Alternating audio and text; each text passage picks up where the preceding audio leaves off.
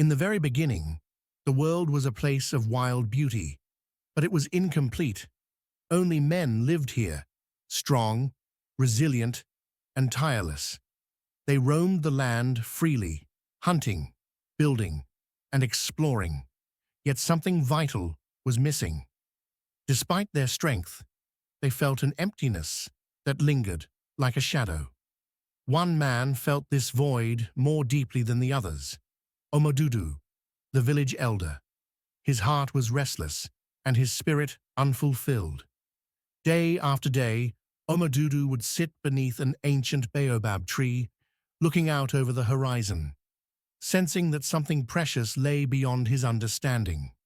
He pondered why their songs sounded hollow, why the vast harvests seemed meaningless, and why no man could ever feel truly at peace. Then, one fateful night, Omodudu had a dream so vivid that it felt like a vision. A soft, otherworldly voice called to him in his sleep, saying, "Omodudu, seeker of truth, journey to the edge of the great forest.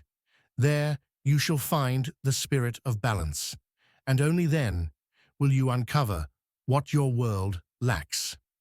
Omodudu knew he could not ignore the call. At dawn, he gathered the village's strongest and bravest men. Together, they prepared for a journey that no one had ever dared attempt. They ventured through treacherous forests, waded across rivers that teemed with crocodiles, and climbed towering mountains, their resolve growing stronger with each challenge. Days turned into weeks, and the men grew weary, but Omodudu led them onward, driven by an unshakable belief in the wisdom of his vision. One evening, as they set up camp in the heart of a strange, mist-filled grove, Omodudu wandered alone into the shadows. It was there, under the canopy of ancient trees, that he encountered the spirit of balance. The spirit was neither man nor woman, human nor animal. It was a being of pure, radiant energy, shrouded in a golden light that shimmered like the sun on water. The spirit of balance looked upon Omodudu and spoke in a voice that resonated like thunder and whispered like a breeze. "Omodudu, you have come far. Why do you seek me?" the spirit asked. "Our world is incomplete," Omodudu replied, his voice steady. "Though we are strong, our souls are restless. We yearn for what we cannot name." The spirit of balance regarded him with an unreadable gaze. "What you seek is the essence of balance. I shall give you this gift, but heed my warning. Balance is a delicate thing. Treasure it, protect it, or suffer the cost of its loss." With a wave of the spirit's hand, the earth, sky, and rivers trembled, and from their depths arose something astonishing: the first women. The women emerged from the earth, air, and water, each embodying a different aspect of nature's beauty and power. Some had the grace of flowing rivers, others the strength of mountains, and some the warmth of sunlight. The men were captivated, awestruck by these beings who brought with them laughter, song, and the gentle wisdom of nurturing life. For the first time, the village felt alive. The women introduced new knowledge, teaching the men the rhythms of nature, the healing power of plants, and the importance of giving back to the earth. The men, who once saw themselves as rulers of the land, learned to become its stewards. Omodudu, now wise beyond his years, became the bridge between the two, guiding men and women to live in harmony. Each night, he gathered everyone beneath the baobab tree to share stories, settle disputes, and forge a bond that grew stronger with each passing season. But the spirit of balance's warning hung heavy in his heart, and Omodudu never forgot the spirit's words. Generations passed, and the village prospered. But as time went on, some men began to grow prideful.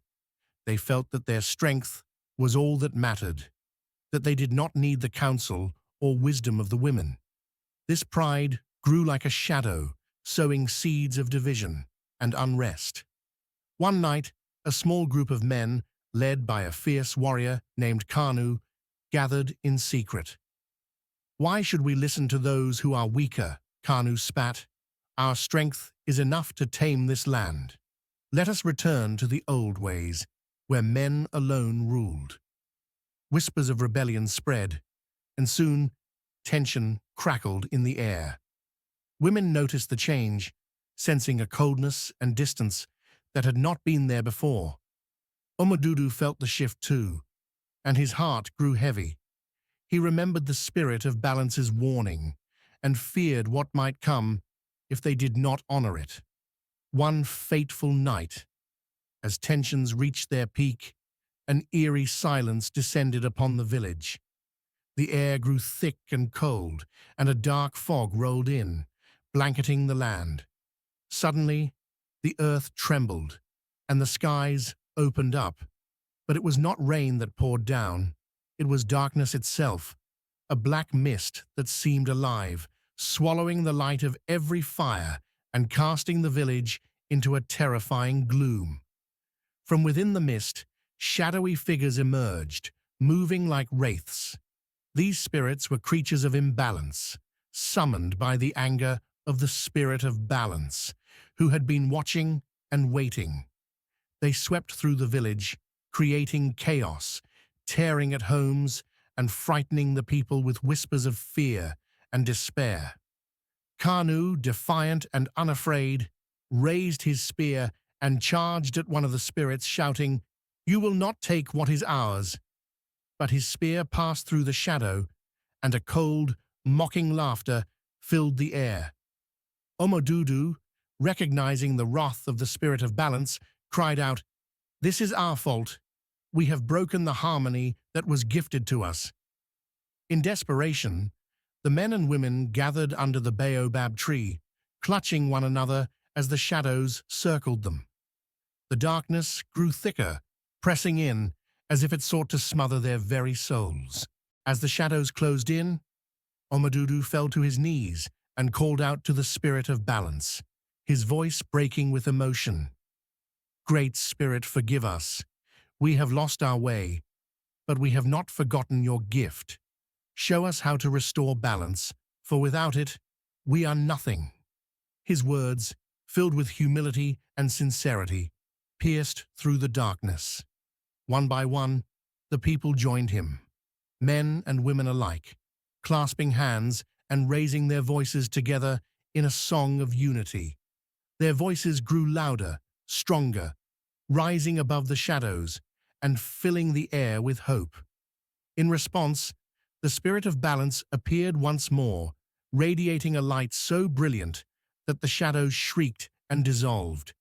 The spirit's voice echoed through the village, gentle but firm. "Balance is born from respect, from unity.